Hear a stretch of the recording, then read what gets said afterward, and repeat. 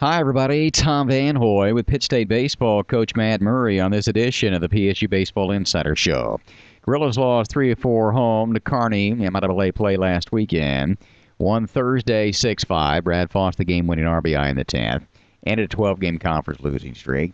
Lopers, though, won 2 on Friday, 6-3, 4-1, before Pitt State dropped an 8-6 decision on Saturday in 13 after leading 6-0.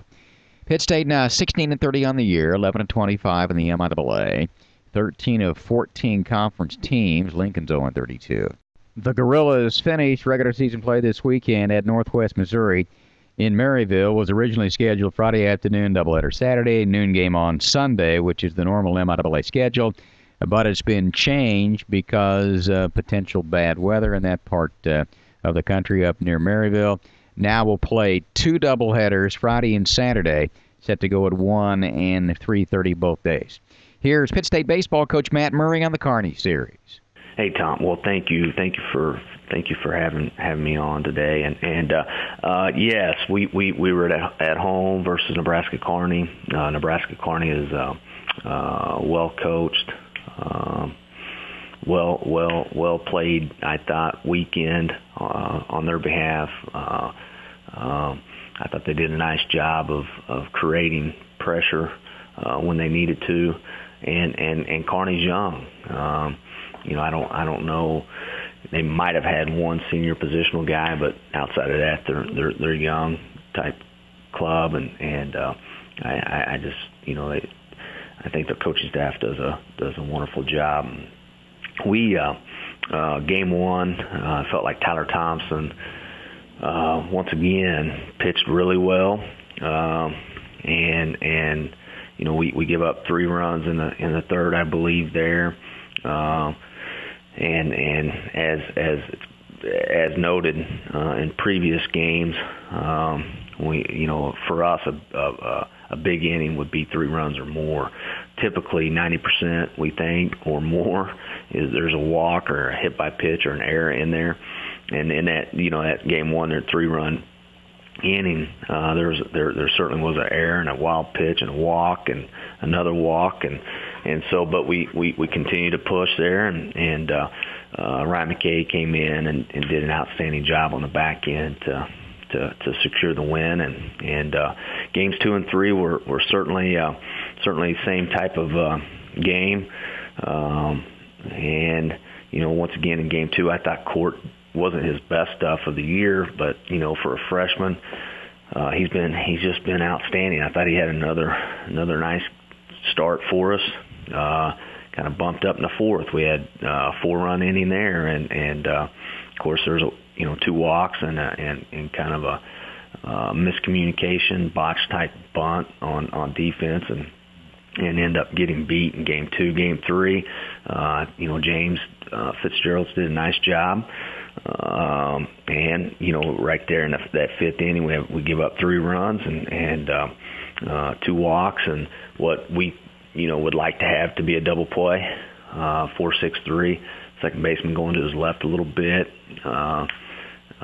just wasn't able to turn it, so we ended up just getting a 4-3 there. And then in game 4, obviously Jake Stevenson did an outstanding job. Yeah. Pitched 6 complete. He was just out of gas. It's one of those things that if he hadn't been, we would have certainly kept him in. He just ran out of gas. But in the 7th inning, unfortunately, once again we give up 3+. It was 6 in the 7th, and 2 hit by pitches in there, and then 1 swing of the bat. And it's tied up. So overall, players certainly competed. There's some things that we have to continue to prove on this weekend, and certainly in the off season. Well, you had 15 hits in the 8-6 13-inning game, 6 players with multi-hit games. Mm-hmm. Brad Foss is a guy we've talked about on a number of occasions, and he had a good weekend for you. Are you getting consistent offensive production up and down the lineup, or do you struggle at some point? Yeah, we have struggled, and I thought you made a great point, because I thought through the first 6 innings offensively, outside of a Newman earlier in the midweek, earlier in the year, as good as our offense has been, and guys were controlling their at bats. They were taking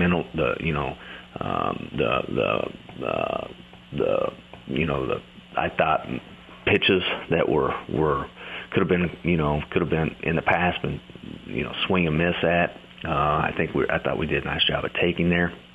And if we happen to get to 2 strikes, guys were fouling it off, get to the next pitch, and then boom, base hit, some type of pressure play. So I really felt like through the first 6 innings, anyhow, our offense was firing away at all cylinders personally. And then they score 6, and then I felt like at that point, guys started to become, started to press a little bit more, swinging at pitches out of the zone, and that's something we've had to overcome pretty much all years. Guys pressing and getting outside the strike zone. So Brad Foss, absolutely, a senior that we'll certainly miss. His swing functions really well, and he just is a consistent day in, day out type player, and so we'll certainly miss him. Hey, before we talk about Northwest Missouri, and hard to believe, final regular season series of the year coming up, but overall this year, and it's been a struggle for you all in the MIAA. And how good is the league this year? And you referenced Kearney a moment ago being a young team. How do you see the league this year? And is this a league that is experienced right now, or are there some young teams out there as well? Well, I think I feel like our league is a great league. Coaches are doing an outstanding job getting out recruiting, and so from top to bottom, it's just a terrific league. And every weekend, you certainly, there's not much margin for error, and so I think that certainly in including Central Oklahoma, Nebraska Kearney, Northeastern, Lindenwood, those are all quality programs, and certainly work at it. So it's just a great league, and I think that for Kearney, for example, younger club, and they'll just continue to get better, and so it's been a tough year for us, but I think there's a lot of things we can take away from it for the going into the off season. We're confident in our foundation. We're confident in our plan. We're confident in our system. We'll make a few adjustments in terms of our fall workouts, and just start to prepare for a great year for next year. And I guess it's difficult not having the opportunity to get into postseason. I'd say the only advantage to that is that we're able to get out and recruit sooner than what we have been.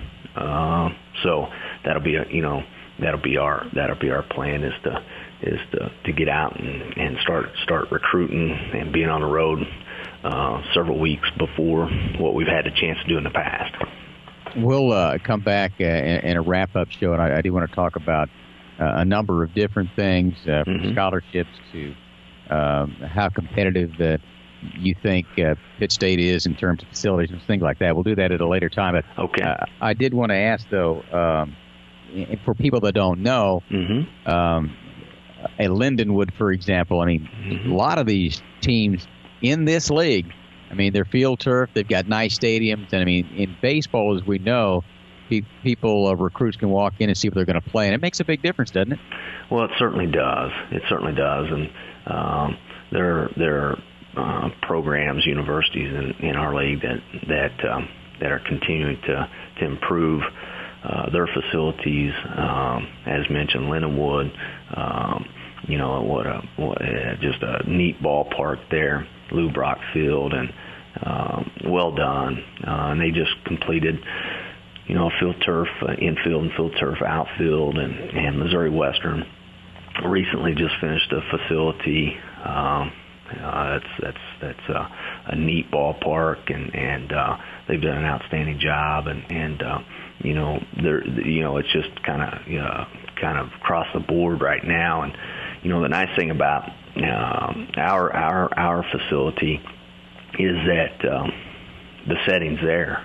The setting's there to really make a great push for the top facility in our league, and we just need to do our part, and that's to continue to work at it, continue to improve, and I really feel like there are great things ahead for not only our facilities but our program. Our university president, Dr. Scott, our athletic director, Jim Johnson, they're really pushing hard to make things happen. Our community is phenomenal.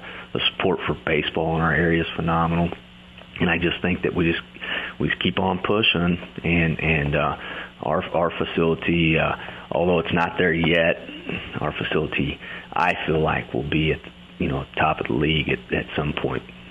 So. Well, you are going to Northwest this weekend, and here's the good news: you're going now instead of early February. So That's right. That's right. Any problems? Well, I guess you got to.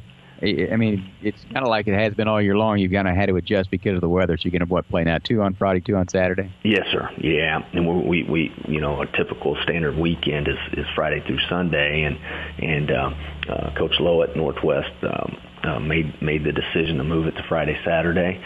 We'll play a doubleheader beginning tomorrow at 1:00, a 7 and 9, and then Saturday at 1:00 as well, 7 and 9, and as you had mentioned, it temperatures are going to be much better this late in April.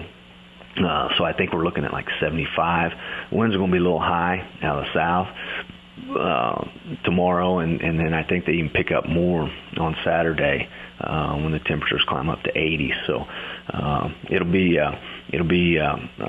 great weather for it, and I tell you, I'm looking forward to seeing our players compete and continue to learn some of the things that we need to get better at.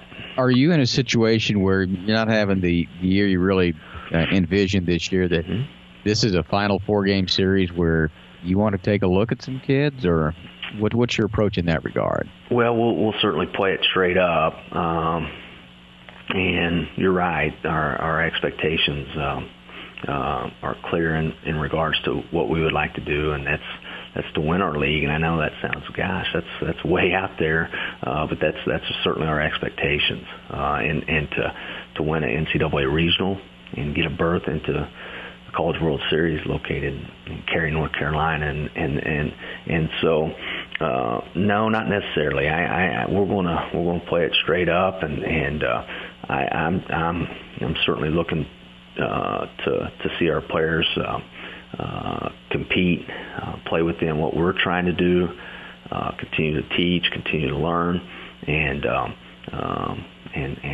that's it. I just I think it's just it'll be a tremendous time to continue to learn from it, learn from the adversity.